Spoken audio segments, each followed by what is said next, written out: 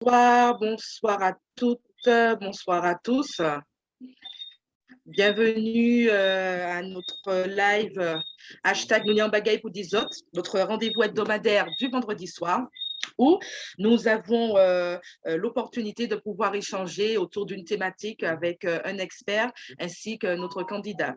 Donc, nous sommes ravis de pouvoir vous retrouver encore pour notre 4e rendez-vous ce soir. Et si vous suivez bien les actualités, je pense que vous êtes au courant effectivement qu'aujourd'hui, Chemin d'avenir est devenu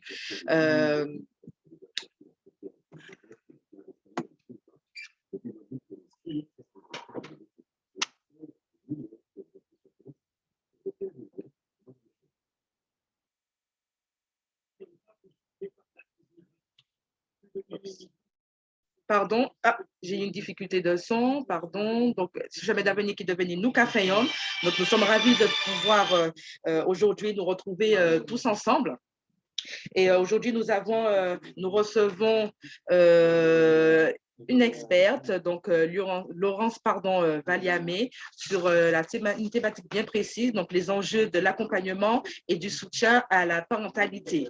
Donc, avant de pouvoir la présenter, donner la parole à Daniel, juste des petits, pour pouvoir faciliter justement la communication. Donc, nous allons vous demander de garder effectivement vos micros éteints. Si vous souhaitez intervenir, vous pouvez faire signe ou alors vous pouvez marquer toutes vos questions sur le chat et nous allons faire remonter les questions à Daniel ainsi qu'à l'expert. Donc voilà, donc je laisse la parole à Daniel. Bonsoir Daniel. Oui, bonsoir Aurélie, bonsoir à toutes et à tous. Alors d'abord, j'insiste sur la question des micros parce que c'est vrai qu'il y a des micros qui restent ouverts et nous avons des retours donc, qui ne sont pas très agréables pour celles et ceux qui sont connectés. Donc encore une fois, merci pour ce format qui s'appelle donc Nounian Bagay Poudizot avec ce soir Laurence, donc, qui nous fait le plaisir et l'amitié de partager ce moment et qui va nous entretenir donc, sur le thème des enjeux de l'accompagnement et du soutien à la parentalité. Donc Laurence qui est, j'allais dire, qualifiée pour ce sujet puisque tout à la fois, elle a la connaissance et l'expertise du coaching puisque donc, elle est coach professionnelle, donc en cours de certification puisque ça fait partie aujourd'hui du processus, donc formée à Mosaïque International. Laurence est également une experte en matière de parentalité, puisqu'elle est mère de 8 enfants, donc dont le dernier a quelques mois, c'est ça, si je ne me trompe. Donc, et surtout, nous travaillons avec elle maintenant depuis de nombreuses années et elle nous apporte beaucoup d'éclairage sur ces questions, a beaucoup contribué aussi dans le cadre de l'écriture du programme des propositions, donc à nous permettre d'être en éveil sur ces sujets qui sont, sur le plan de la société martiniquaise, très importants. Donc, merci de l'accueillir et je te cède sans plus tarder la parole, Laurence. Bonsoir à tous, merci beaucoup Daniel. C'est vraiment une joie pour moi d'être là ce soir, de partager ce moment. Juste pour rectifier, oui, je suis maman de 8 enfants et le dernier a quelques semaines et pas encore quelques mois, puisqu'elle n'a même pas encore 2 mois.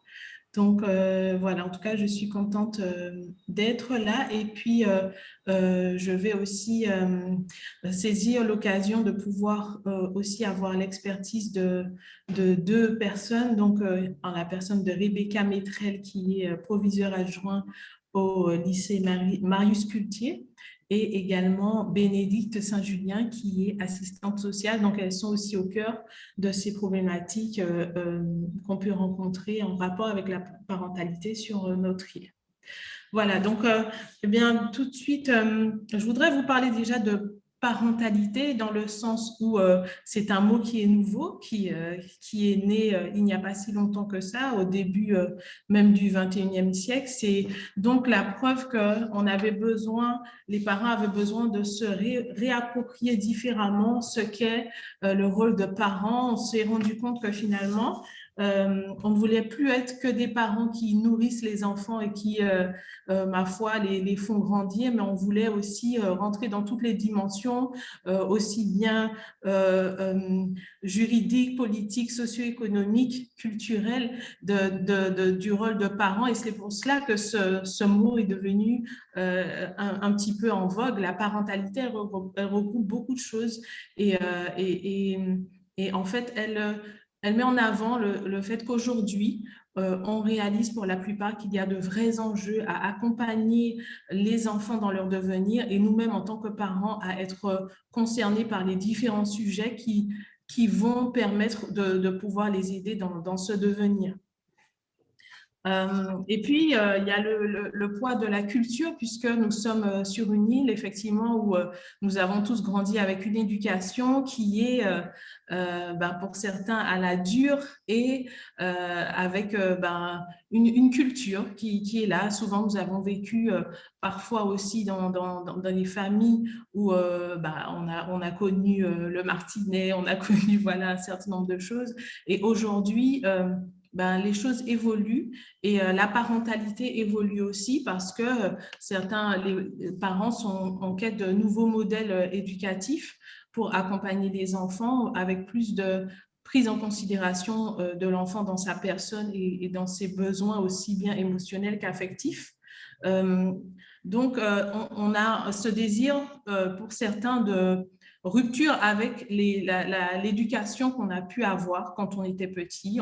On veut aller plus loin avec les enfants, on veut prendre en compte qui ils sont, de quoi ils ont besoin pour pouvoir être demain des adultes responsables. Et tout cela demande en fait d'être vraiment en alerte et d'être vraiment dans un éveil par rapport à ce qui peut se passer autour de nous. Et puis, les femmes aussi veulent s'épanouir. En tant que femme, on ne veut plus être que des mamans, être des potomitans et sacrifier finalement le bonheur qu'on peut avoir en étant femme, juste en se consacrant à nourrir les enfants, à les faire grandir, comme c'était le cas auparavant. Maintenant, les femmes ont ce besoin, ce désir de pouvoir s'épanouir dans leur rôle de maman et de pouvoir aussi se déployer dans tous les domaines dans lesquels elles sont aussi appelées.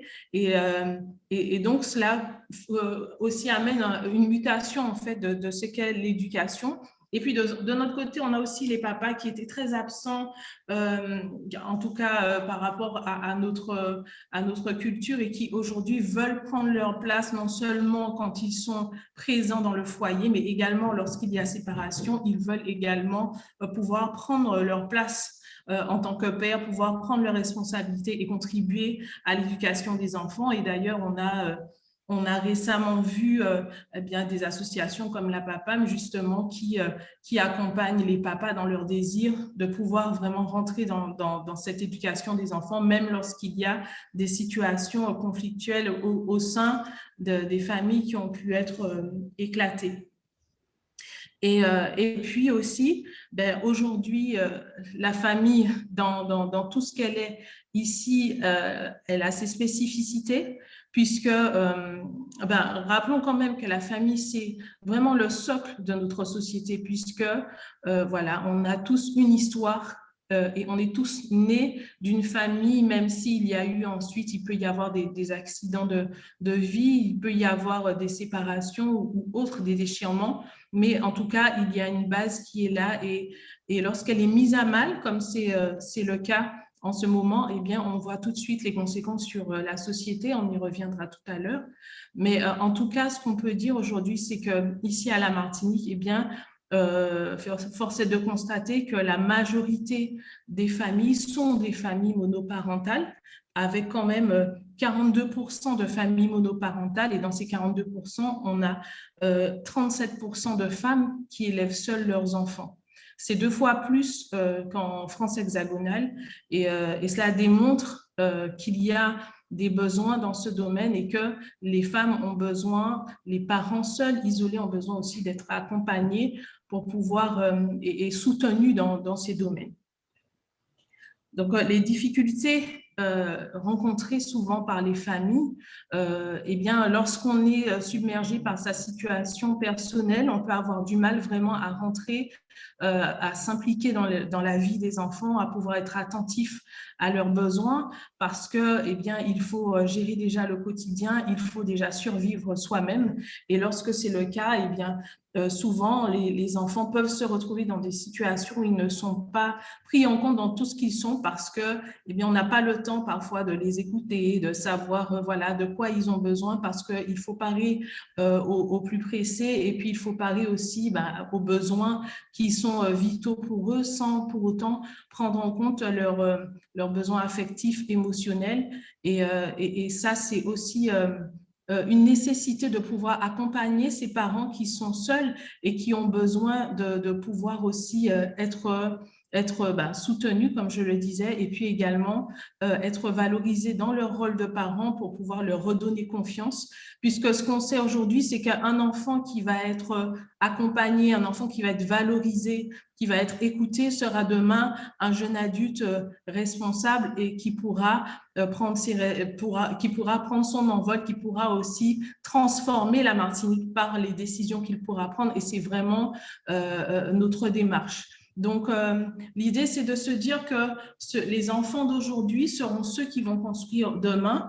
Et c'est maintenant que nous avons besoin d'investir dans leur vie, en les accompagnant dans tout leur potentiel. Et pour cela, le parent lui-même a besoin d'être renforcé dans tout ce qu'il est pour pouvoir lui-même être un soutien pour les enfants. On voit que les enfants ont besoin vraiment de structure.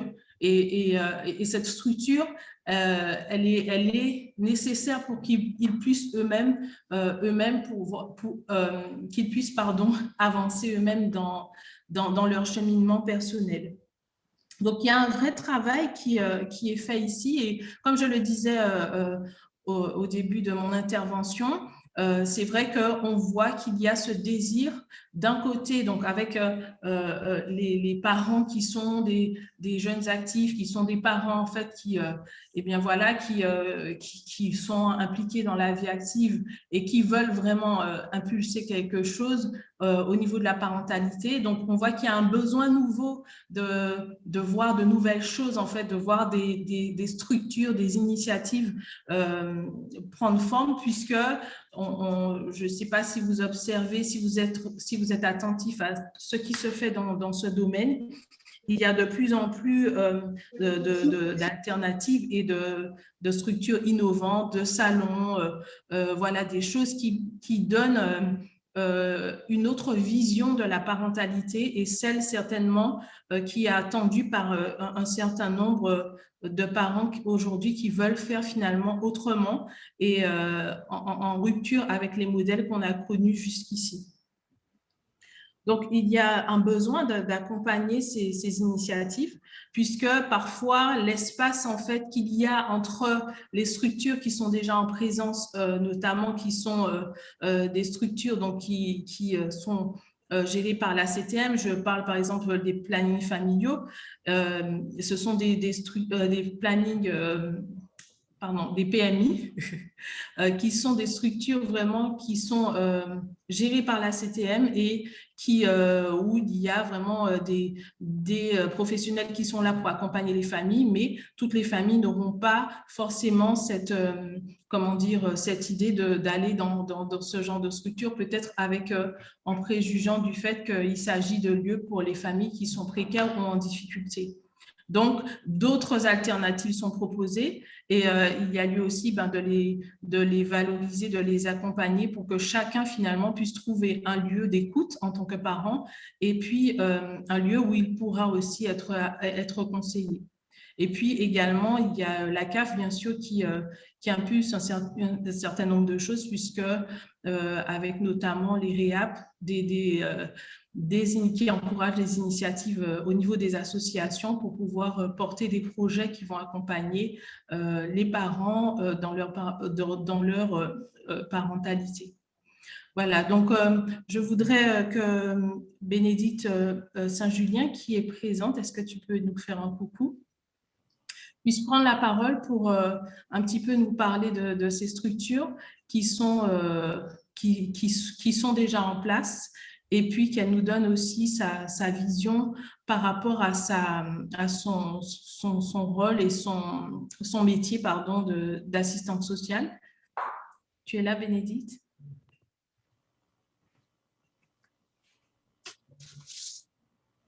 Alors, je ne l'entends pas. Alors, je te laisse la parole.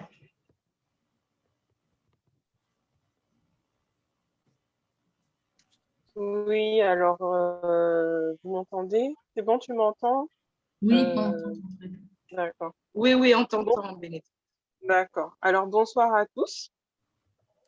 Donc, je suis Bénédicte Saint-Julien, je suis assistante sociale depuis 10 ans.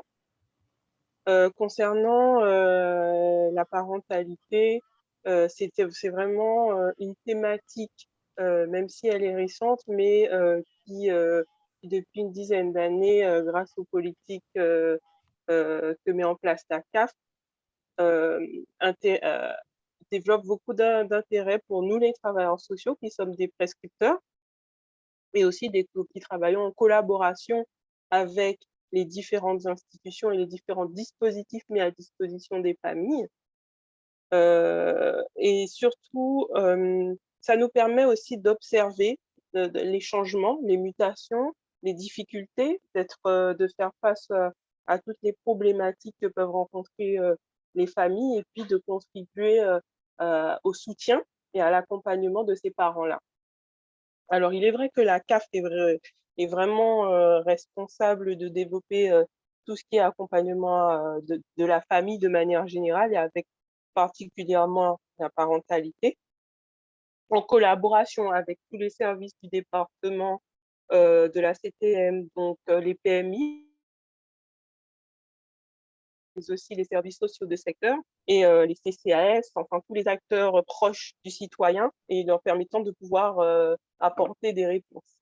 Il y a des choses qui sont déjà mises en place, comme écoute famille, écoute parents. Ça permet à tous les parents de se saisir d'un numéro en 0800 pour parler de toutes leurs difficultés, quelles qu'elles soient. Que ce soit eux par rapport à leur rôle de parents, eux par rapport dans la relation avec l'enfant. Mais ça donne un lieu d'écoute disponible, sans jugement, et avec une grande plage horaire, en fait. Il y a également d'autres dispositifs mis en place aussi par des associations qu'on peut trouver dans la ville, assez proche des citoyens. Donc, du coup, ça permet de pouvoir les saisir. Ils connaissent le contexte parce qu'ils sont là géographiquement, et ils organisent et mettent en place des choses qui sont parfois pas suffisamment connues, pas suffisamment, il y a un manque de communication pour toucher vraiment les personnes concernées. Mais il y a pas mal de choses dont il faut se saisir, et qui méritent encore d'être enrichies et d'être plus connues, et surtout arriver directement au plus proche des personnes concernées par ces difficultés-là. Parce que quand on est en difficulté, il y a un certain tabou pour les parents à dire, ben là, ça ne va pas, j'ai besoin d'aide, j'ai besoin qu'on me soutienne, j'ai besoin d'être aidée. Et ça touche toutes les couches de la population, pas uniquement les personnes qu'on peut stigmatiser comme étant en difficulté ou en précarité. La parentalité, c'est vraiment une question universelle. Et du coup, il est important, je crois, que chacun ait conscience qu'il existe des structures d'écoute et d'accompagnement, peu importe, sans jugement, et on peut y frapper, on peut y aller pour être soutenu, peu importe sa problématique. Ça peut aller de l'épuisement parental aux difficultés éducatives, aux difficultés relationnelles avec son enfant. Ça touche vraiment toutes les questions liées au rôle de parent et à la relation qu'on a avec son enfant. Donc, tout le monde est concerné. Alors moi, de ces quelques années que j'ai pu exercer, de mon analyse personnelle, je note 3 grosses problématiques sur notre territoire, en tout cas qui m'ont interpellée moi. Je parle vraiment en tant que professionnelle, mais de manière personnelle. Les gros enjeux que je note, moi, c'est vraiment la coparentalité. C'est-à-dire qu'après une séparation, une fin de vie conjugale, c'est un enjeu de pouvoir maintenir un couple parental. Parce que, avant tout, c'est dans l'intérêt supérieur de l'enfant de rester parent de manière égale, autant père que mère, pour exercer son droit parental et permettre à l'enfant de grandir avec les bons repères, les bons modèles, les bonnes ressources, et puis en ayant ses besoins d'enfant ou d'adolescent comblés, quoi. L'autre enjeu ou l'autre problématique que moi j'ai pu observer, surtout l'autre problématique, c'est les jeunes familles monoparentales. Alors, les jeunes familles monoparentales, ce sont parfois de jeunes mères qui sont à peine sorties de l'enfance, qui ont à peine terminé elles-mêmes leur propre processus éducatif avec leurs parents, et puis qui se retrouvent en mères. Donc, elles vont devoir transmettre une éducation, un cadre seul, même si encore dans notre société, la famille reste assez proche, mais parfois ce n'est pas le cas, avec toutes les difficultés. Papa. Mathis, arrête. Elles vont devoir transmettre une éducation, pouvoir poser un cadre éducatif seul à leur enfant. Et parfois, ça m'emmène au point suivant, à la problématique suivante, c'est la crise de modèle parental.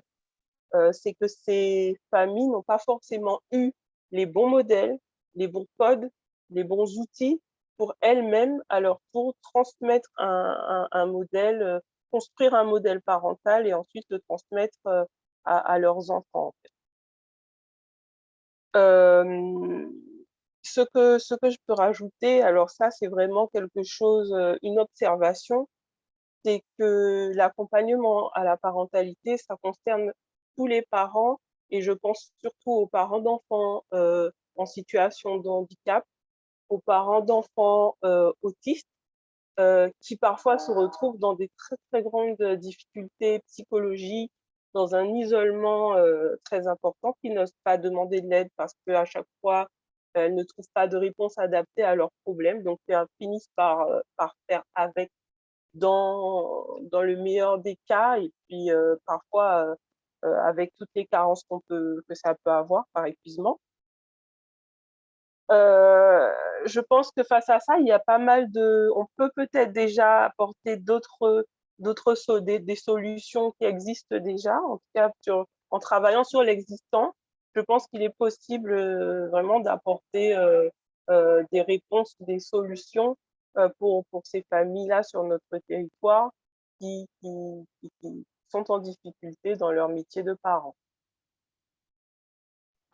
Ok, merci beaucoup Bénédicte pour ta contribution. J'aimerais aussi que Rebecca, tu puisses prendre la parole, notamment sur l'aspect des adolescents, puisqu'on sait qu'il y a aussi des problématiques vraiment liées à cette phase, on va dire, de vie où souvent les adolescents sont en questionnement, en perte de repères et parfois vraiment en rupture avec les parents dans le dialogue et cela crée vraiment des situations conflictuelles parce qu'ils se sentent incompris et parfois les parents eux-mêmes se sentent dépassés, ce qui est une problématique supplémentaire lorsque l'on sait que ce sont des tournants où ils sont en train de se préparer à rentrer dans la vie active de manière plus ou moins à court terme. Voilà, comment tu vis cela de ton point de vue et puis voilà, peut-être nous parler des actions qui ont été menées récemment. D'accord.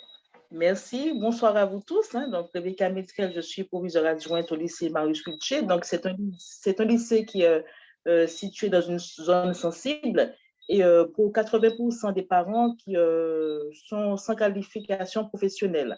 Donc, je vous remercie déjà pour tout ce que vous avez apporté, toi, Laurence, ainsi que Bénédicte, parce qu'effectivement, tout ce que vous avez décrit comme différents types de parents, de situations vécues, enfin, je les retrouve au niveau du lycée. Parce qu'en fait, j'ai envie de dire que les élèves que nous recevons sont un petit peu le reflet de ce qu'ils vivent à la maison. Ce sont des jeunes, effectivement, qui sont fragilisés et pour la plupart déstabilisés. Donc, nous vivons effectivement des situations qui sont parfois compliquées à gérer et nous avons aussi des parents qui sont perte de confiance, hein, des parents que nous ne voyons pour la plupart jamais. Donc, on les voit uniquement au moment de l'inscription des élèves, de leurs enfants en fin d'année scolaire ou en début d'année scolaire. Mais tout au long de l'année, ce sont des parents, effectivement, que nous n'arrivons pas à joindre pour la plupart. Donc, comme vous l'avez dit toutes les deux dans vos présentations, ce sont des familles effectivement majoritairement monoparentales. Donc, soit effectivement des enfants vivent avec le père, soit des enfants vivent avec le mère, ou alors ils sont ballottés de droite à gauche. Et ça aussi, ça crée effectivement ça crée des élèves, effectivement, des enfants qui sont instables. Hein. Tantôt ils sont avec le papa, tantôt ils sont avec la maman, ou il y a un parent qui est en Martinique, le parent est hors du département. Donc, en fait, ça crée des enfants qui sont préoccupés, on va dire, et qui ne se concentrent pas sur leur scolarité. Donc, il y a aussi les parents d'enfants d'origine étrangère, hein, parce qu'effectivement, de plus en plus, nous recevons des élèves d'origine étrangère, des élèves allophones. Et pour la plupart, quand les parents, effectivement, arrivent, effectivement, on va dire, en Martinique, ils sont effectivement le plus souvent en situation irrégulière et les enfants aussi sont dans une situation irrégulière. Donc, nous devons quand même les accompagner. Mais effectivement, ça crée des familles qui sont instables à la base. Alors, au niveau de l'académie, au niveau du lycée, nous avons un certain nombre d'outils que nous mettons en place. Nous avons effectivement des espaces d'écoute, hein, des espaces parents, pour permettre aux parents de venir à notre rencontre et pouvoir échanger avec eux sur différentes thématiques. Nous avons également la mallette des parents et nous avons depuis peu, au niveau de l'académie, les projets Parents Plus. Parents Plus, c'est permettre aux parents de pouvoir s'intégrer à la scolarité de leur enfant et par moment même suivre, on va dire, une séquence de cours pour voir effectivement comment les cours se passent. C'est vraiment essayer de réconcilier le jeune avec, le parent avec la scolarité de son enfant, parce qu'en fait, on se rend compte que l'enfant, quand il nous arrive au lycée, il est préoccupé. Il est préoccupé et nous avons des élèves qui sont en décrochage scolaire. Donc là, effectivement, c'est la conséquence effectivement de ce qu'ils vivent le plus souvent à la maison. Et nous avons également des parents qui n'osent pas, comme vous l'avez dit aussi toutes les deux, des parents qui n'osent pas, qui sont dans une situation précaire et qui n'osent pas demander de l'aide. Et charge à nous d'aller à la rencontre, de pouvoir effectivement les solliciter. Au niveau de l'académie, nous avons ce qu'on appelle le fonds social pour aider toutes les familles qui sont en difficulté, qui sont dans le besoin. Et si je vous dis, à peine en une année, on a à peine une vingtaine de demandes, alors qu'on peut aider beaucoup plus de parents. Je prends le lycée Marie-Switcher, on a environ 400 élèves et il y a à peine une vingtaine de demandes. Et en fait, le parent, on va dire qu'il a une certaine pudeur, qu'il n'ose pas venir demander effectivement de l'aide. Et je peux reconnaître aussi que parfois, les démarches administratives sont un petit peu longues. On lui demande de rapporter un certain nombre de papiers. Et en fait, ça, je pense que ça mériterait d'être, on va dire, allégé. Et parfois, effectivement, ça pourrait être une des solutions. Le parent, effectivement, quand il vient demander de l'aide, il n'ose pas parce qu'en fait, le bureau de l'assistante sociale se trouve dans l'établissement et parfois pas forcément dans un endroit, on va dire, à l'écart. Donc, en fait, le parent il a un petit peu honte de venir de demander de l'aide. Et l'enfant aussi, il est un petit peu gêné par rapport à cela, de voir sa mère ou son père qui vient effectivement au bureau de l'assistance sociale. Alors, je me dis, pourquoi pas effectivement, durant la semaine, permettre effectivement de décentraliser, effectivement, pourquoi pas faire une permanence ailleurs et permettre aux parents de pouvoir effectivement se rapprocher de l'assistance sociale qui serait, on va dire, externe à ce moment-là au niveau de l'établissement scolaire pour pouvoir permettre effectivement aux parents de solliciter ces aides. Parce qu'en fait, on remarque que d'année en année, le reliquat au niveau du fonds social, il augmente parce qu'effectivement, les parents n'osent pas demander cette aide. Ils ont droit à cette aide. Donc, c'est un petit peu dommage. Et on n'attend que ça, nous, au niveau de l'établissement scolaire, de pouvoir effectivement venir en aide aux parents, aux élèves. Et cette année, au niveau du lycée, vu la hauteur du reliquat qu'il y avait, on a décidé effectivement d'acheter des manuels scolaires pour tous les élèves parce qu'il fallait effectivement venir en aide aux différentes familles. Et puis, nous avons aussi une collaboration avec le PAEJ, le Point Accueil Écoute Jeune, qui fait une médiation effectivement, à partir du moment où c'est conflictuel avec à la famille, l'éducateur fait une médiation au niveau de la famille, au niveau du lycée, et se déplace aussi au niveau du domicile pour essayer de résoudre, on va dire, les conflits. Donc, nous avons un certain nombre d'acteurs aussi au niveau des élèves qui agissent pour leur redonner confiance, parce qu'effectivement, à partir du moment où on redonne confiance à l'élève, quand il entre à la maison, le parent voit son enfant qui entre à la maison différent, il se pose des questions, il revient vers nous. Donc, pour cela, effectivement, je remercie Daniel et Christophe qui collaborent au niveau du lycée, au niveau des élèves. Et nous avons beaucoup de retours de parents. Quand ils voient effectivement le changement au niveau de l'élève, nous avons des parents qui retournent à l'établissement scolaire, qui osent venir vers nous et qui nous remercient. Ils nous disent effectivement qu'ils voient que leur enfant a changé. Et en fait, le travail qui est fait au niveau se répercute au niveau de la famille. Donc, en fait, on agit aussi dans ce sens-là. Donc, tout cela pour dire qu'effectivement, c'est un chantier qui est assez vaste. Et à nous, effectivement, de pouvoir encore améliorer cela et aller permettre aux parents de reprendre espoir et de venir de plus en plus au niveau d'établissement scolaire. Et je profite pour dire aussi depuis janvier, il y a des assises de l'éducation martiniquaise qui ont commencé. Et là, on a reçu effectivement la note directeur pour permettre on va dire, au plus grand nombre de pouvoir participer à ces assises. Donc, il y a des consultations grand public au niveau de la population et au niveau des établissements scolaires. Et tout un chacun peut effectivement porter des propositions. Donc, j'invite à tous les parents, enfin, tous les acteurs économiques, en fait, à pouvoir effectivement participer à ces assises et proposer des solutions, effectivement, et pourquoi pas proposer un axe au niveau de la parentalité. Et en fait, ces assises ont pour but et ont également pour objectif de pouvoir intégrer le prochain projet académique 2022-2026. Donc, en fait, ce serait intéressant que le plus grand nombre, si effectivement il y en a parmi vous qui sont parents au niveau d'établissement scolaire, de pouvoir se rapprocher de des établissements scolaires et de pouvoir proposer d'intégrer les groupes les travaux qui seront engagés. Ça a commencé du 17 mai et la consultation prendra fin le 4 juin. Donc, je vous invite tous à vous rapprocher de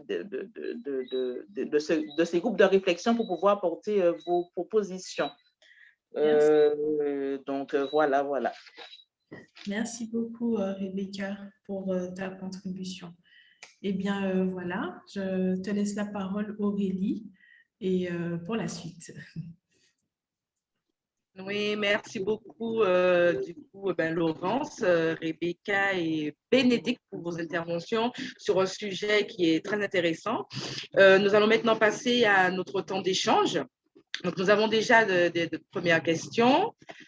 Alors, que pouvez-vous faire à votre niveau pour les enfants qui n'ont pas reçu de carte de transport, puisque malgré la réservation, ces enfants n'ont plus le droit de monter dans le bus sans carte, malgré la présentation du titre de transport via le reçu? Je ne sais pas si c'est à votre niveau, mais si vous avez un retour possible. Alors, est-ce qu'on peut préciser la question, en fait? Les cartes de transport, à quel niveau? Alors, je ne sais pas qui a posé la question. Karine, à ton niveau, est-ce que tu as la possibilité, enfin, que la personne en tout cas qui a posé cette question puisse peut-être intervenir pour préciser sa pensée?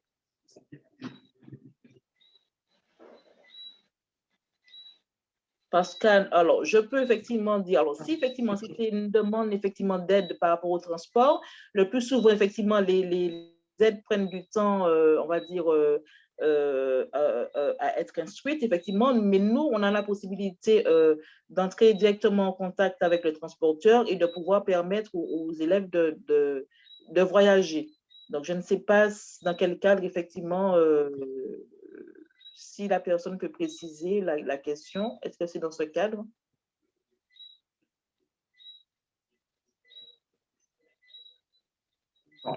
S'il n'y a pas d'intervention, moi, je pense qu'elle aura l'occasion après de pouvoir intervenir. Donc, on va passer à une deuxième question. Donc, au regard du constat que vous avez posé tous les trois, les problématiques sont multiples, on a pu le remarquer.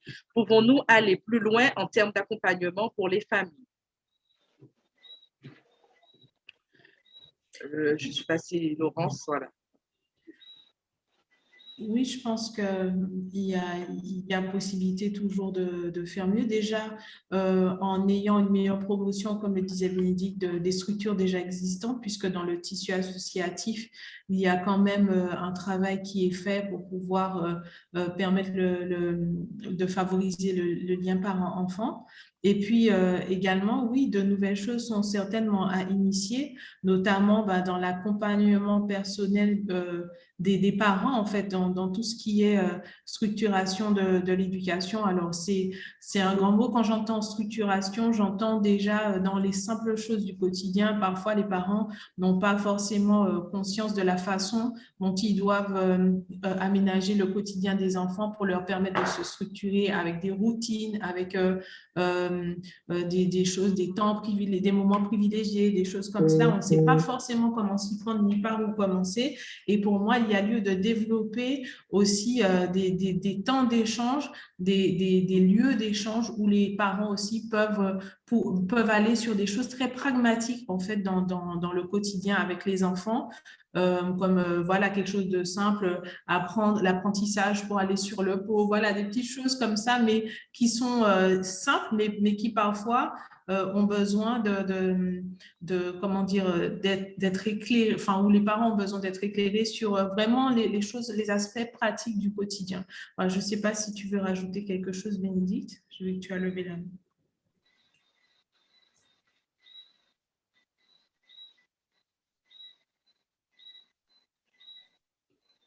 Merci, Laurence. Bénédicte, je ne sais pas, j'ai vu la main levée. Est-ce que tu souhaites intervenir?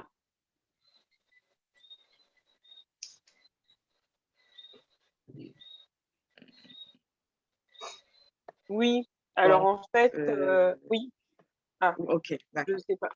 Oui, en fait, Oui, vas-y, vas-y, vas-y. ce que je voulais rajouter, effectivement, c'est que moi, j'aime bien dire qu'il faut déjà bien travailler avec l'existant. C'est-à-dire que ça évite de mettre en place de nouveaux dispositifs, ça évite de parfois chercher ce qui existe déjà. Mais maintenant, il faut coordonner l'existant. Je pense que c'est ce qui manque. Faut déjà le connaître pour ensuite que ce soit mieux coordonné. Par exemple, effectivement, on a parlé, Laurence a évoqué les PMI, mais les PMI ont vraiment un gros travail de prévention. Qu'il s'agisse que ce soit en direction de l'enfant, donc de l'ordre de tout ce qui est protection de l'enfance, mais aussi en direction des parents, dans l'accompagnement à la parentalité. Et pour tout ce qui est des enfants en dessous de 6 ans, les PMI peuvent mettre pas mal de choses en place, sauf que elles peinent parfois à avoir du public. Et elles essaient en tout cas de quadriller et puis de pouvoir garder un contact avec les jeunes parents jusqu'à un certain âge de l'enfant. Mais il manque parfois du public et avoir le public, ça permet aussi de mettre en place des choses, de mettre en place des actions individuelles, mais aussi des actions collectives, de mettre en place des actions de formation ou d'information ou de soutien avec d'autres associations, mais qui peuvent être portées par les PMI quand il s'agit de petite enfance. Il y a aussi des associations, je n'ai pas les noms exactement là, mais les REAP organisent très bien ça. Mais je pense que c'est important déjà de vraiment se focaliser sur l'existant, de ne pas avoir peur de demander de l'aide ou encore de dire qu'on rencontre une difficulté. C'est-à-dire que le métier de parent, enfin je dis le métier de parent, mais c'est un peu ça, on ne fait pas d'études, on n'a pas de notice, on ne sait pas comment on fait au mieux, on fait avec ce qu'on a, ou parfois même ce qu'on n'a pas. Et on vend parfois une image du parent parfait, mais il n'y a pas de parent parfait. Donc c'est pour ça qu'il ne faut pas hésiter à en parler autour de soi et puis dire, voilà, là j'ai une difficulté, peu importe de quel ordre, parce qu'on a parlé surtout de certains types de difficultés, mais il y en a énormément dans la parentalité, de saisir vraiment le premier acteur qu'on peut identifier qui va nous faire parfois rentrer dans la boucle de l'accompagnement. Donc, il ne faut pas hésiter à se rapprocher de la CTM, des PMI, des REAP ou du CCAS qui ont les coordonnées et les dispositifs qui vont être adaptés. Voilà. Merci beaucoup, Bénédicte, pour ton intervention. Oui. Alors, nous avons une autre question. Donc, tout à l'heure, justement, tu parlais des jeunes filles qui sont encore scolarisées et qui se retrouvent justement parents. Donc, il y a une question par rapport à cela. Donc, on dit que cela s'apparente presque à un fléau. Comment faire pour prévenir cela? Alors, c'est vrai que les grossesses précoces, je pense que c'est un fléau, je ne sais pas, mais en tout cas, ça devient une problématique. Je pense qu'il faut lever les tabous, qu'il est important de parler de la parentalité dès le collège. Il y a des actions qui peuvent être menées. Je ne parle vraiment pas uniquement de sexualité, mais surtout de parentalité, d'expliquer c'est quoi être parent. Parce que il y a un vide et les médias et les réseaux sociaux, la télé se chargent en fait de véhiculer une image du métier de parent qui n'est peut-être pas conforme à la réalité. Et les jeunes filles, parfois, parce qu'il y a certaines carences affectives, il y a une certaine détérioration de l'image du père, ou il y a pas mal de choses en jeu dans tout ça. Et puis, elles ont parfois, même si ça arrive trop tôt, ce désir d'enfant ou ce désir de grossesse ou ce désir affectif à combler. Et puis, se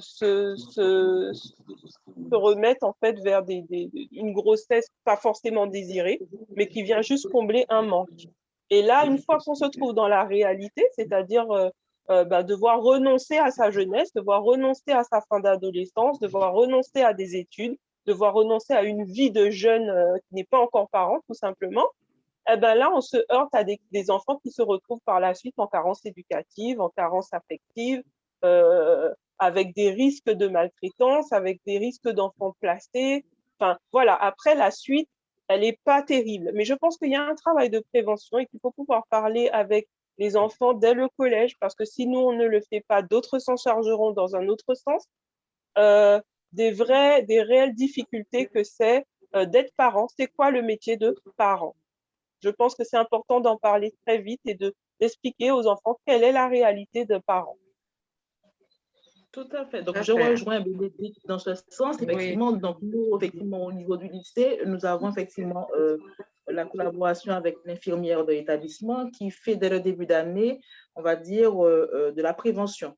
De la prévention autour de la parentalité, au niveau de la sexualité. Et en fait, on voit effectivement que les élèves, effectivement, posent énormément de questions et on se rend compte, effectivement, qu'il y a des choses qu'ils ignorent. Et en fait, ces séances portent du fruit, en fait.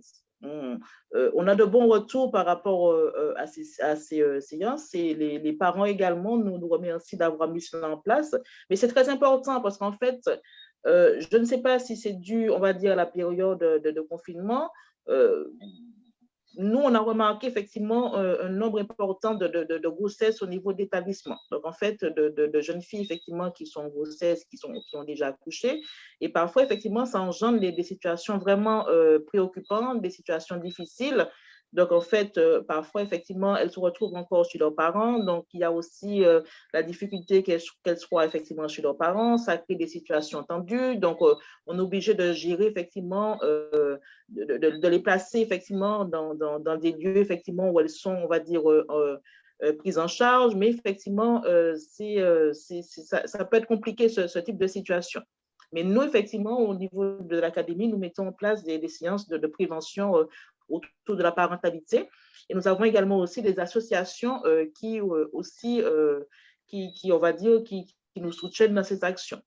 Des associations de proximité au niveau du quartier d'Inon.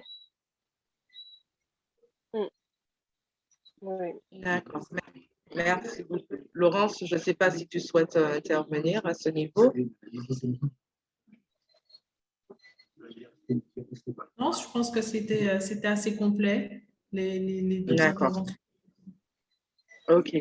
D'accord. Donc, on continue. Alors, comment ne pas être intrusif et accompagner les familles, surtout lorsqu'il est question de crise?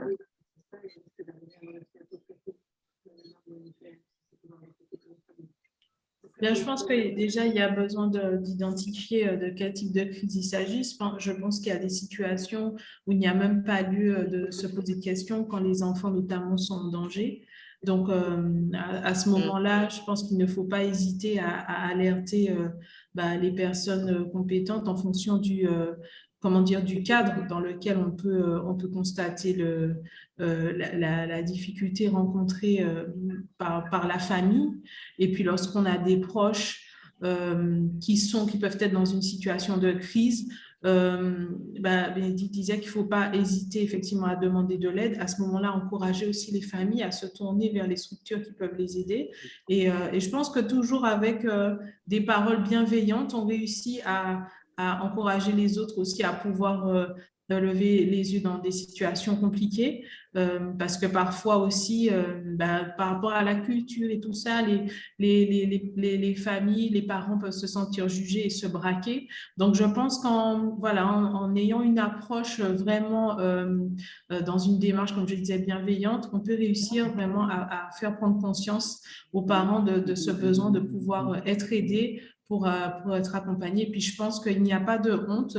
On peut tous se retrouver à un moment donné dans une situation qui nécessite de pouvoir être accompagnés. Et je pense qu'il y a vraiment matière à aussi faire changer les mentalités à ce niveau-là. Ce n'est pas une tare de devoir demander de l'aide dans telle ou telle situation. Au contraire, voilà, les structures qui sont en place et tout ça, les choses qui sont faites le sont pour que chacun puisse rebondir et finalement, pour que ça ne soit que des situations temporaires pour aller vers un mieux. Si je peux compléter ce que tu disais, Laurence, je pense qu'aussi, il faut c'est un projet de société, en fait, je pense. C'est-à-dire qu'au bout d'un moment, il faut peut-être pouvoir replacer les jeunes à leur place, c'est-à-dire les jeunes, c'est l'avenir, et se réconcilier aussi un peu avec nos jeunes et leurs problématiques, leurs difficultés, en toute humilité, sans vouloir donner de leçons, et se dire que en prenant conscience de leurs problèmes et de leurs difficultés, on peut mieux les comprendre et peut-être mieux les aider et leur apporter des réponses. Et du coup, les parents, que ce soit en milieu scolaire ou ailleurs, peuvent vraiment être intégrés à cette démarche de parentalité. Enfin, on joue pleinement leur rôle finalement dans cette démarche de parentalité pour accompagner les enfants dans leurs difficultés et vraiment garantir leur éducation, parce que il est toujours question d'éducation finalement, et il est surtout question aussi de garantir l'intérêt supérieur de l'enfant pour qu'on ait des adultes solides et puis des adultes éclairés et cadrés. Juste pour rebondir encore par rapport à cela, effectivement, c'est vrai qu'au cours des années, on en est venu à se dire que le mot autorité est un gros mot et que voilà, l'autorité, c'était quelque chose d'un peu militaire.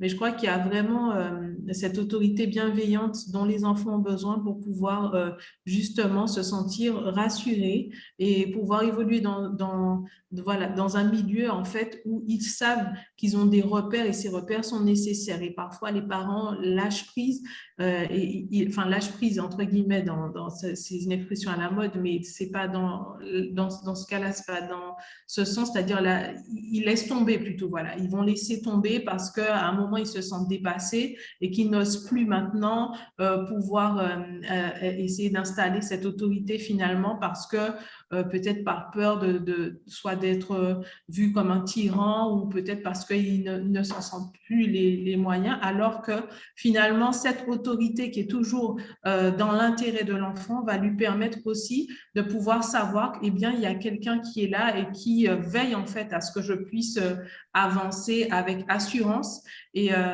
c'est nécessaire aussi. C'est nécessaire aussi pour notre société, pour comment dire, la cohésion, la construction de la famille. C'est une notion qui est importante et qui va vraiment aider aussi nos jeunes à pouvoir mieux entrevoir l'avenir parce que finalement, ils sont bien cadrés et ils évoluent dans un contexte qui leur permet de savoir que, voilà, quelqu'un veille. Exactement. Oui. Et c'est vrai qu'on a tendance à confondre autorité et domination. C'est-à-dire que notre histoire fait que on a du mal à un peu être clair sur ça. Mais l'autorité n'est pas la domination. Et l'autorité, c'est important pour donner une éducation cadrée et cadrée.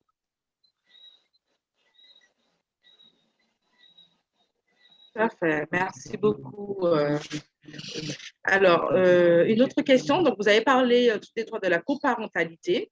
C'est un mot qui, pour beaucoup de pères, notamment, n'a pas de contenu car ils ne vivent pas ou en sont empêchés. Comment l'ensemble des acteurs de la parentalité pourraient être sensibilisés à cette exclusion vécue par les pères? Alors, je n'ai pas bien entendu le début de la question, par contre. Donc, on parle de la coparentalité. Donc, la personne dit que c'est un mot qui, pour beaucoup de pères notamment, n'a pas de contenu car ils ne le vivent pas ou en sont empêchés. Comment l'ensemble des acteurs de la parentalité pourraient être sensibilisés à cette exclusion vécue par les pères?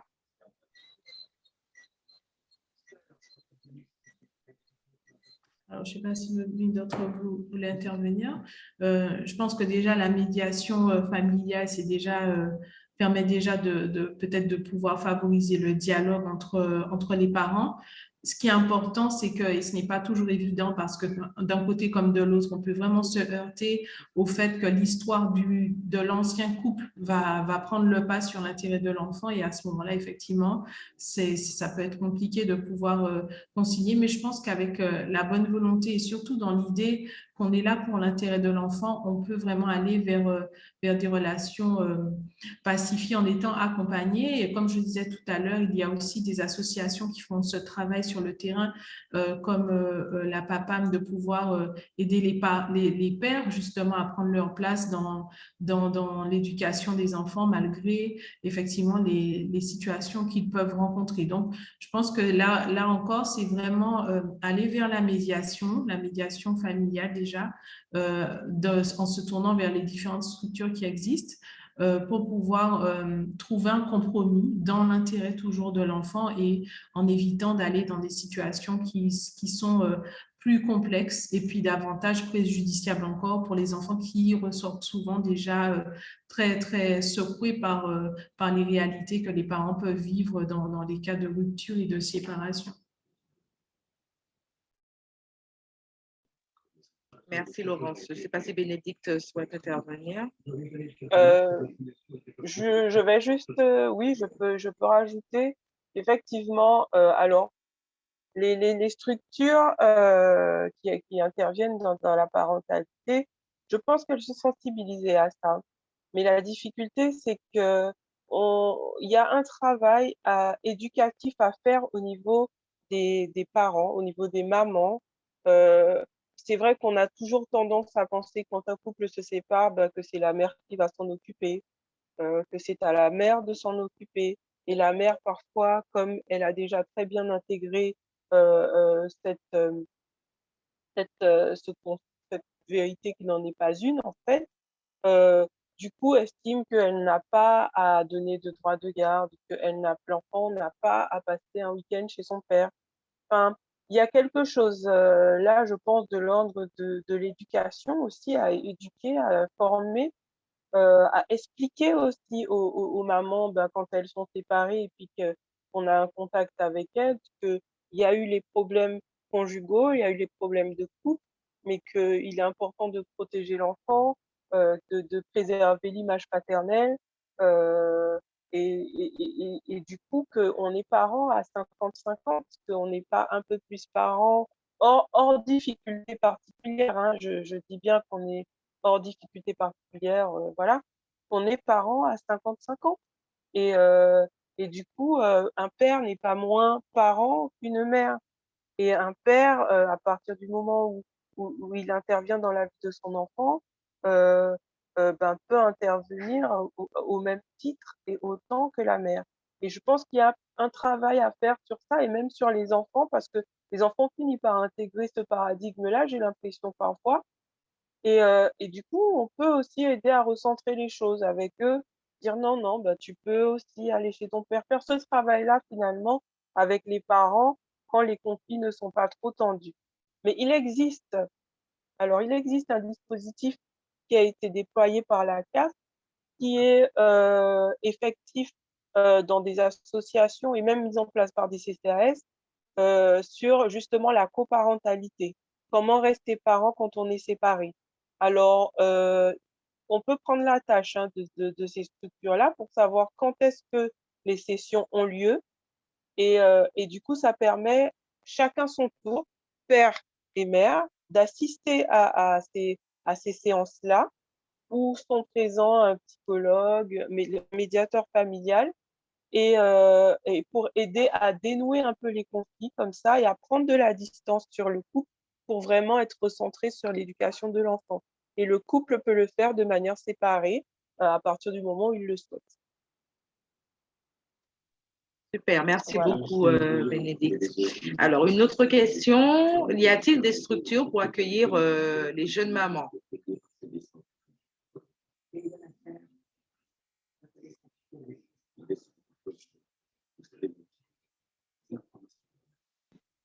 Alors, je n'ai pas le nom exact, mais je sais qu'il y a une structure, parce qu'on a une de nos élèves, effectivement, qui est dans une structure au Lamoutin. Je ne me souviens plus du nom, mais effectivement, il y a des structures, effectivement, qui accueillent les jeunes mamans. Elle a été maman il y a 2 ans. Et comme ça n'allait pas, effectivement, avec la cellule familiale, on a dû, effectivement, on va dire, la loger au niveau de cette structure. Donc, je ne me souviens pas du nom, mais ça existe. Ce n'est pas la ruche? Effectivement, il y a des structures. Non, c'est pas Il y la a des ruche, structures. c'est pas la ruche, mais je ne me souviens plus du nom, mais j'ai une structure effectivement qui l'a accueilli, voilà.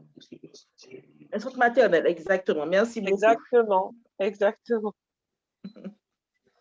Alors, tu peux redire le nom, parce qu'on n'a pas... Centre maternel. Alors, il y a quelqu'un qui l'a mis effectivement dans le chat. Effectivement, c'est un centre maternel effectivement qui accueille les jeunes mamans. Merci.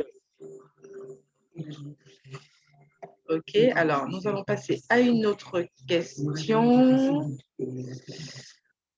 Excusez-moi, j'essaie de dire. Je voulais juste rajouter, pendant que tu cherches la question, que de plus en plus, nous constatons qu'au niveau de la scolarité, quand on a convoqué, on va dire, les parents pour on va dire, une problématique au niveau de la scolarité de l'élève, les deux, même s'ils sont séparés, les deux parents se présentent à nous. Donc, on note effectivement cela de plus en plus. Donc, même si l'enfant vit avec sa mère, quand on convoque la maman, elle vient le plus souvent avec le papa qui s'intéresse quand même à la scolarité de son enfant. De l'enfant. D'accord, Oui. merci beaucoup. Alors, donc, comment peut-on redonner du rêve, de l'ambition, la possibilité de se projeter dans l'avenir à ces enfants issus de ces familles monoparentales? Eh bien, ce que je disais dans mes propos, je parle pour ce que nous faisons au niveau du lycée, mais ça se fait aussi, je pense, au niveau d'autres lycées, j'espère. Nous avons la collaboration, nous avons Daniel qui intervient et Christophe, effectivement, qui intervient au niveau de ces jeunes, qui fait un travail formidable pour redonner à ces jeunes confiance. Donc, ce sont des professionnels, ce sont des coachs professionnels. Donc, Daniel, il intervient plus, on va dire, sur la partie motivation, c'est bien, voilà. Et Christophe intervient sur la partie, on va dire, team building. Mais en fait, l'association des deux fait que le jeune, effectivement, retrouve confiance en lui. Et nous avons beaucoup de jeunes qui avaient décroché, qui avaient perdu toute motivation. Et je vous assure qu'ils sont là jusqu'à ce jour. Et encore ce matin, il y en a un qui me dit, alors, quand est-ce qu'on voit le coach Daniel? Quand est-ce qu'on voit le coach Christophe? Et donc, effectivement, donc on voit des jeunes qui ont retrouvé toute motivation et retrouvé le goût de l'effort et qui se reconcentrent, on va dire, sur leur scolarité. Donc, en fait, c'est bien de s'associer avec des collaborateurs de qualité qui font un travail de fond pour donner à ces jeunes, effectivement, espoir et que ce n'est pas fini et qu'ils peuvent y arriver. Donc, merci à Daniel et à Christophe qui font ce travail. Tout à fait. Alors, oui, j'ai vu que Daniel, tu souhaites intervenir. Je t'en prie. Oui, merci. C'est passionnant parce que on est au cœur vraiment d'une réalité sociétale, en fait, et ça nécessite, et vraiment merci Laurence, merci Rebecca et merci Bénédicte, que l'on puisse prendre appui sur des expertises, des expériences. Ce que je veux retenir quand même, c'est qu'il y a plusieurs niveaux. Alors, en toute humilité, parce que ces sujets ne sont pas vraiment des sujets qu'il faut traiter avec autre chose que de la sincérité.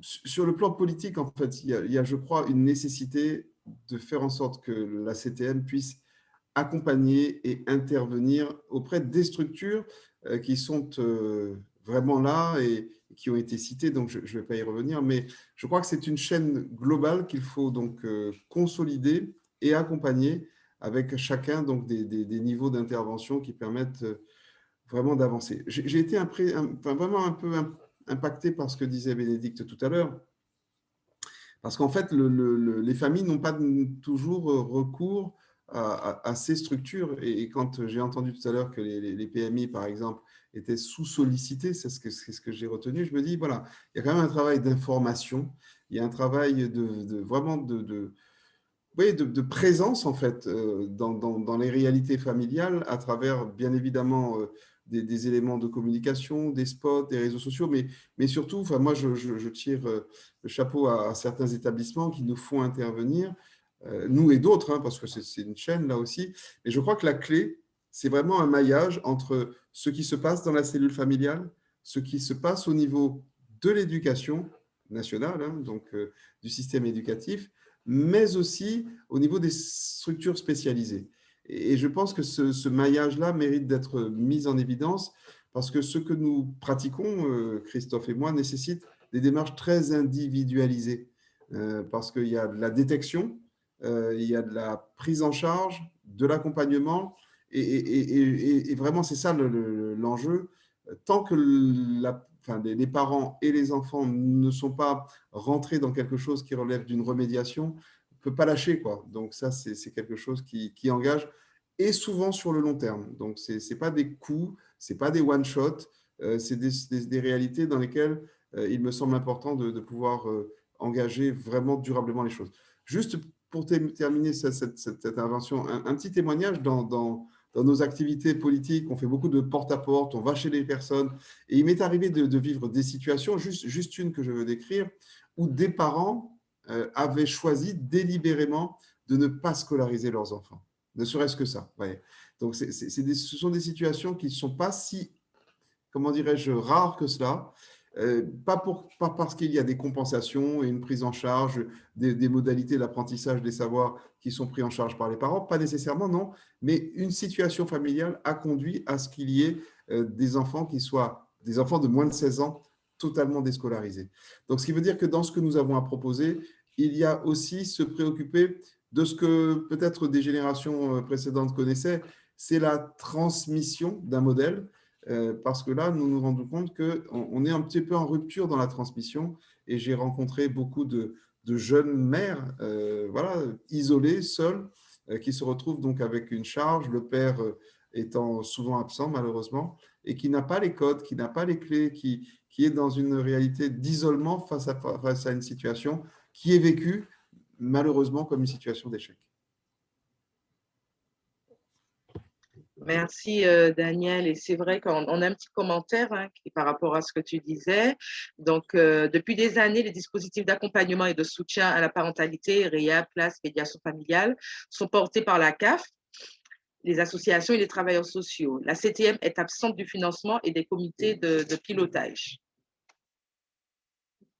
C'est un petit commentaire. Vous connaissez la suite? Alors, on continue. Donc, serait-il possible par rapport à l'éducation, de pouvoir remettre l'éducation civique à l'école et pas seulement à l'école, mais également auprès des parents pour remettre dans la balance un apprentissage du vivre ensemble en société? Je ne sais pas si c'était clair. Il y a plusieurs niveaux dans la question, c'est-à-dire que, alors je parle sous le contrôle de l'autorité qu'est Madame Métrel, mais je crois qu'il existe des cours d'éducation civique à certains niveaux, donc qui peuvent ne pas répondre peut-être à certaines des situations que nous évoquons, mais ça existe. Mais je crois que nous doublons tout ça, nous, avec notre regard, d'une réalité de restauration de ce que peut être la citoyenneté. C'est-à-dire que la parentalité et la citoyenneté, de notre point de vue, vont de pair et nécessitent donc qu'il y ait des réalités d'accompagnement qui soient posées. Mais je crois que ça existe. Oui, ça existe. Il y a une instance au niveau de l'éducation nationale, le CESC, le Comité d'éducation à la santé et à la citoyenneté. Et en fait, le plus souvent, c'est porté par soit le CAVL, les instances, effectivement, où les lycéens, effectivement, ont la possibilité de pouvoir s'exprimer. Mais ça existe avec une instance qui s'appelle le CESC au niveau de l'éducation nationale. D'accord. Alors, merci beaucoup. Alors, je regarde l'heure, je vois effectivement qu'il est déjà 20h41. C'est vrai que c'est un sujet qui est très, très, très passionnant et les interventions justement que nous avons, elles sont très riches et je pense qu'elles ont pu nous éclairer et nous apporter vraiment un éclaircissement du coup sur cette thématique-là. Donc, c'est vrai qu'on avait beaucoup d'autres questions, mais malheureusement, nous serons obligés de pouvoir écourter du coup conclure plutôt notre live. Donc, je vais repasser la parole à Daniel, peut-être pour le mot de fin. Merci. Je ne sais pas si c'est toi ou si c'est Laurence. Oui, voilà. Mais je vais juste faire un petit mot et puis Laurence conclura puisque je crois que c'est important de pouvoir d'abord vraiment encore une fois remercier Laurence, Bénédicte, Rebecca pour leurs apports et la pertinence de leurs apports.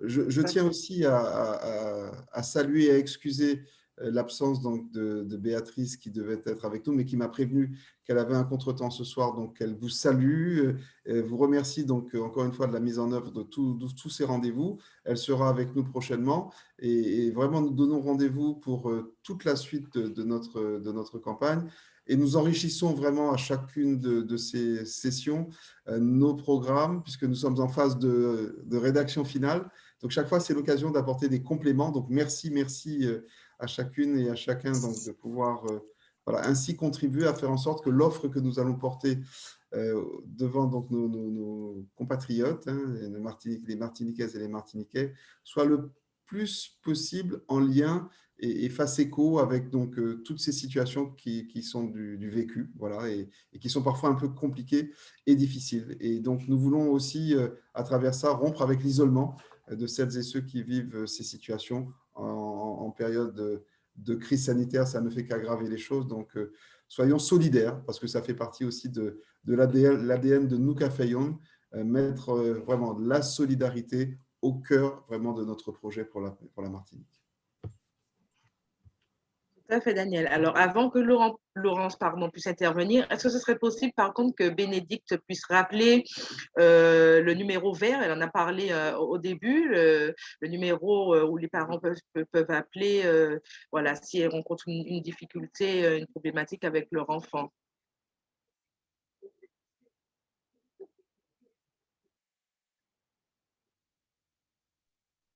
Alors, effectivement, je n'ai pas noté, mais je le mets tout de suite en commentaire, le temps de le reprendre. OK, super, merci beaucoup. Donc, du coup, Laurence, je te laisse la Si je parole. peux me permettre 2 secondes, juste rappeler Pardon, qu'il y a vas-y. juste rappeler qu'il y a des assises de l'éducation. Donc, il y a 6 commissions: vie des personnels, infrastructure, pédagogie, programme, formation, orientation, parcours de formation, partenariat, santé, sécurité. Et en fait, tout un chacun peut y participer, hein, personnel d'éducation nationale, collectivités territoriales, représentants syndicaux, représentants des parents d'élèves, partenaires socio-économiques, ainsi que des parlementaires. Donc, n'hésitez pas à vous rapprocher de ces groupes de réflexion et à apporter vos contributions pour pouvoir écrire le prochain projet académique 2022-2026. Merci. Merci Rebecca. Alors, merci à vous encore, Rebecca et Bénédicte, d'avoir accepté de m'accompagner sur cette thématique. Vraiment, merci pour vos apports qui ont été vraiment très enrichissants. Alors, eh bien, ma conclusion, c'est que finalement, il y a déjà beaucoup de choses qui sont en place et qui demandent déjà à être coordonnées pour que nous puissions avoir une plus grande visibilité peut-être des choses qui peuvent, des dispositifs qui peuvent exister pour les parents qui sont en demande. Et puis, je crois que le rôle, Bénédicte disait le métier de parent, et finalement, il s'agit aussi de ça, demande d'être abordé avec beaucoup d'humilité. Et nous avons besoin parfois d'être accompagnés parce qu'effectivement, on devient parent et au fur et à mesure du temps, finalement, c'est presque comme une démarche. On avance en fonction de ce qu'on peut vivre, ce qu'on peut rencontrer dans notre quotidien, parfois même les épreuves qu'on peut traverser. Toutes ces choses contribuent à faire de nous les parents que nous sommes, parfois avec des doutes ou des questionnements, des craintes. Et je pense qu'il est important de pouvoir déjà être ouvert à ce qui se passe autour de nous, de pouvoir aussi, comme disait Daniel, être solidaires les uns des autres, être vraiment dans cette démarche de pouvoir se soutenir parce que voilà, parfois cela peut manquer et être isolé, je crois que face à certaines situations, être isolé, c'est vraiment un mal important parce que finalement, on a l'impression d'être mis à l'amende. Donc, vraiment, toutes ces choses sont importantes pour qu'en tant que parents, nous puissions regagner confiance parce qu'il s'agit de cela aussi, que les parents puissent regagner confiance en eux et en regagnant confiance, finalement, les enfants vont eux-mêmes regagner confiance et tout le monde y gagne, finalement. Il s'agit vraiment de cela puisque aujourd'hui, bien comme je le disais, les enfants d'aujourd'hui sont les jeunes adultes de demain qui vont contribuer à transformer encore notre Martinique et nous voulons vraiment travailler ensemble à pouvoir changer vraiment notre société martiniquaise et à remettre vraiment au cœur l'éducation des enfants dans toutes ces dimensions pour que parents et enfants nous puissions trouver un épanouissement ensemble et pour tout cela va contribuer également au mieux vivre ensemble finalement. Merci beaucoup, Laurence. Alors, Merci. juste pour Oui, le numéro d'écoute parent, super. 0801 10 20 20. 10, 20, 20. OK, super. 0801 10 20 20. Donc, voilà. Merci beaucoup, Bénédicte. Oui. Merci beaucoup à toutes nos intervenantes et intervenants. Merci à vous tous de nous avoir suivis, de vous être connectés sur notre live Nous Niambagay Koudizot.